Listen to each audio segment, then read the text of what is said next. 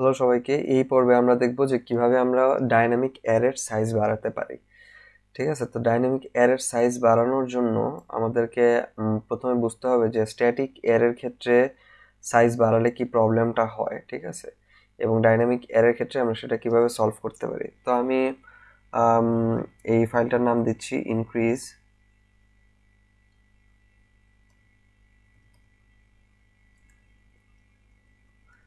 Dynamic array dot CPP. Okay, so এখন mainly আমরা যেটা করব সেটা হচ্ছে আগের যে কোনো একটা জায়গা থেকে মেইনলি আমরা উপরের যে দুইটা ফাইল আছে, দুইটা যে মেইনলি আমাদের যে হেডার এবং আমাদের যে নেম স্পেস আছে সেটা আমরা নিয়ে আসি কপি করে। আচ্ছা, পরে হচ্ছে আমরা চলে যাব আমাদের মেইন ফাংশনে।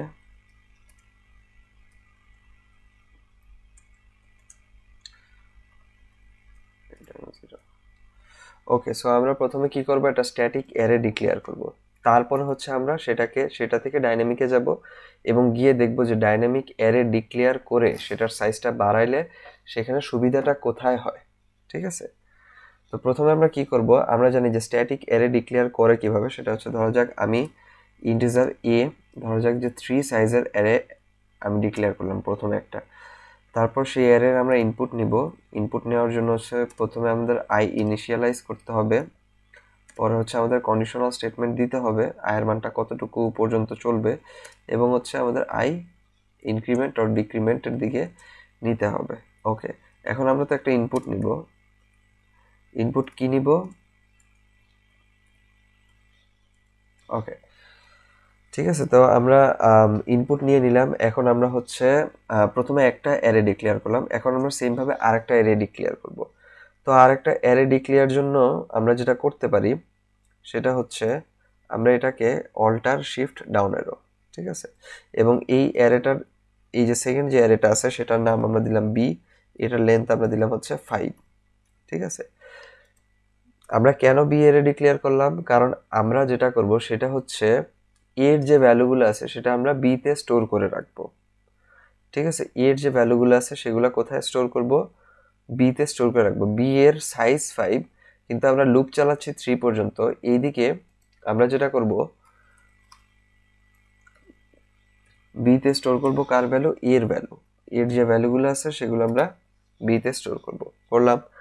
এখন আমরা কি করব, এখন হচ্ছে আমরা যে কত, এখানে হচ্ছে 3 পর্যন্ত ভ্যালু আমরা ইনক্লুড করছি, তার মানে আরো দুইটা জায়গা খালি আছে। সেই দুইটা জায়গাতে আমরা ভ্যালুয়েট করব। সো সেইটাকে কাস্টম ভাবে ভ্যালুয়েট করার প্রসেস হচ্ছে সেইটা পজিশন বলে দাও। যেমন b3 ইজ ইকুয়ালস টু আমি বলে দিলাম হচ্ছে 40, এবং হচ্ছে b4 যে সবার লাস্টের যে পজিশনটা সেটার জন্য আমি ভ্যালু বলে দিলাম হচ্ছে কত, 50।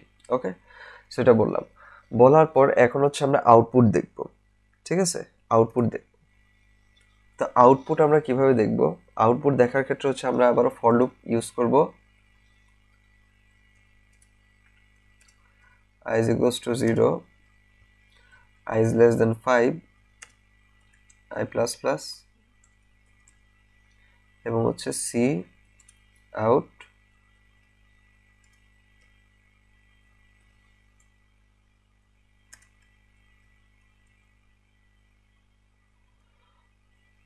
ওকে, তাহলে আমরা আউটপুট দেখলাম। এখন যদি আমি এই কোডটাকে রান করি তাহলে আমরা বুঝতে পারবো যে এটা কিভাবে কাজ করে। অবশ্য আমাদের এখানে দুইটা ইনপুট আছে, আমাদের এখানে দুইটা ইনপুট নিতে হবে। তো ধরা যাক আমি এখানে দুইটা ইনপুট কি কি দিব। ঠিক আছে, প্রথমে আমি ইনপুট দিলাম হচ্ছে একটা ইনপুট, কিন্তু সে একটাই নিচ্ছে, সরি দুইটা ইনপুট নেই, ইনপুট কিন্তু সে একটাই নিচ্ছে, বাকি দুইটার ভ্যালু হচ্ছে ফিক্সড। এই যে b3 b4 এর ভ্যালু কিন্তু ফিক্সড। তো আমি যদি এখানে 7 স্পেস 6 প্লেস 8 দিই, এন্টার দিই, তখন আমরা দেখতে পাবো যে 7 6 8 তারপরে 40 এবং 50 আসতেছে। এখন এখানে যে প্রবলেমটা আসছে সেটা কিন্তু আমরা বলছিলাম যে রিটার্ন করার পর সে তার মেমোরি ক্লিয়ার করে দেয়, অর্থাৎ রিটার্নের পরে সে মেমোরিটা ক্লিয়ার করতেছে, কিন্তু সে রিটার্ন করার আগে কিন্তু এখানে ডাবল বার তার ভ্যালু রাখতেছে। কিভাবে? সে প্রথমে ইন্টিজার এ এইটা থেকে একবার ভ্যালু রাখতেছে, তারপরে সেইটা কপি করে ইন্টিজার বিতে নিচ্ছে এবং বিতে তার ভ্যালু হচ্ছে 5টা, অর্থাৎ তার মেমোরিতে এখন প্রথম সারিতে এর এর ইনপুট 3টা অলরেডি আছে, সেইটাকে সে বিতে ইনপুট হিসাবে দিয়ে দিলেও এর ইনপুটটা কিন্তু ডিলিট হয়ে যাচ্ছে না, এর ইনপুটটা কিন্তু সেখানেই রয়ে গেছে। ডাইনামিক অ্যারে যদি আমরা ডিক্লেয়ার করি, এইখানেই আমরা কাজ করতে পারবো, আমরা এখানে মেমোরি ম্যানেজমেন্টটা যেটা আছে সেটা কন্ট্রোল করতে পারবো, অর্থাৎ এর যে মেমোরিতে যে 3টা ইনপুট ছিল সেই 3টা ইনপুট আমরা কি করতে পারবো, ডিলিট করে দিতে পারবো। এই ক্ষেত্রে সবচেয়ে বড় সুবিধা হচ্ছে যে এই ধরনের কাজগুলো যদি আমরা করতে পারি তখন আমাদের কোডগুলো বেশ অপটিমাইজড হয়, অর্থাৎ আমাদের দেখা যায় না যে কোনো সফটওয়্যার অথবা কোনো একটা ওয়েবসাইট দ্রুত কিংবা ধীরে চলে কিনা, সেটা ডিপেন্ড করে হচ্ছে সেটার পিছনে যে অ্যালগোরিদম, কতটা ভালো অপটিমাইজড অ্যালগোরিদম লেখা আছে এবং কতটা ভালো ডাটা স্ট্রাকচার নিয়ে ওই অ্যাপসটা বা ওই ওয়েবসাইটটা কাজ করেছে।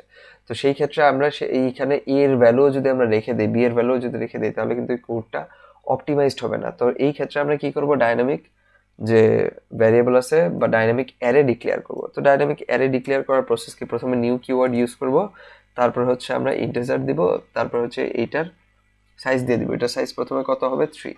এখন এটাকে তো কোথাও রাখতে হবে, এটাকে রাখবো কোথায়, ইন্টিজার স্পেস স্টার এ, ঠিক আছে। ওকে, এখানে আমরা এটাকে রাখলাম। রাখার পর সেম কাজটা কি করতে হবে, আমাদের বি এর সাথে করতে হবে।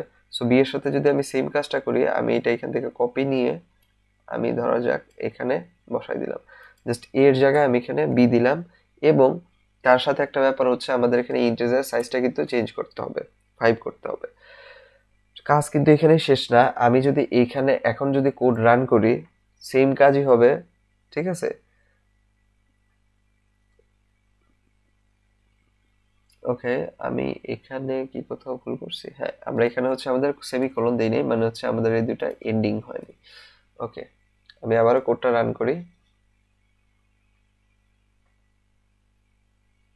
ওকে, এখন আমরা আগের সাথে আসলে পার্থক্য কি, এখন আমরা এখানে 1 স্পেস 2 স্পেস 5 দিলাম, ঠিক আছে, এন্টার দিলাম, তাহলে 1 4 5 40 50 আগের মতনই কিন্তু আছে, মানে এ যেটা আছে এর ভ্যালু কিন্তু আগের জায়গায় রয়ে গেছে। সেই ক্ষেত্রে এখন আমাদের যে কাজটা করতে হবে, এর যে ইনপুটটা আছে সেটাকে আউটপুটের আগে আমাদের ডিলিট করে দিতে হবে, অর্থাৎ এর কাজ শেষ মানে একে আমাদের ডিলিট করে দিতে হবে। এই জন্য আমরা এখানে একটা কিওয়ার্ড ব্যবহার করি যেটা হচ্ছে ডিলিট কিওয়ার্ড। ডিলিট, তারপর হচ্ছে আমাদের থার্ড ব্র্যাকেট দিতে হবে, থার্ড ব্র্যাকেটের পর আমাদের এ দিয়ে একটা সেমিকোলন দিতে হবে। এইটা দিলে সে কি করবে, যে এর কাজটা মানে এ থেকে যখন বিতে কপি হয়ে যাবে তখন প্রিন্ট করার আগে এ কে ডিলিট করে দিবে। এর মাধ্যমে কি হবে, আমাদের ওই এক্সট্রা 3টে ইনপুট কিন্তু আর থাকবে না। তো সেই ক্ষেত্রে আমি যদি এখন কোডটা রান করি তাহলে কিন্তু সেম আগের মতনই আমরা দেখতে পাবো, আমরা এখানে সেম ইনপুটই সেম আউটপুটই দেখতে পাবো, ইনপুট আউটপুটের কোনো চেঞ্জ আসবে না। 5 8 9, ঠিক আছে, ইনপুট আউটপুটের কোনো চেঞ্জ আসবে না, কিন্তু আমাদের যে ওই এক্সট্রা 3টা ইনপুট ভ্যালু ছিল এই 3টা ইনপুট ভ্যালু কিন্তু এখান থেকে সরে গেছে। তো এর মাধ্যমে আমরা যেটা করতে পারি সেটা হচ্ছে আমরা আমাদের মেমোরি ম্যানেজমেন্টটা প্রপারলি করতে পারি।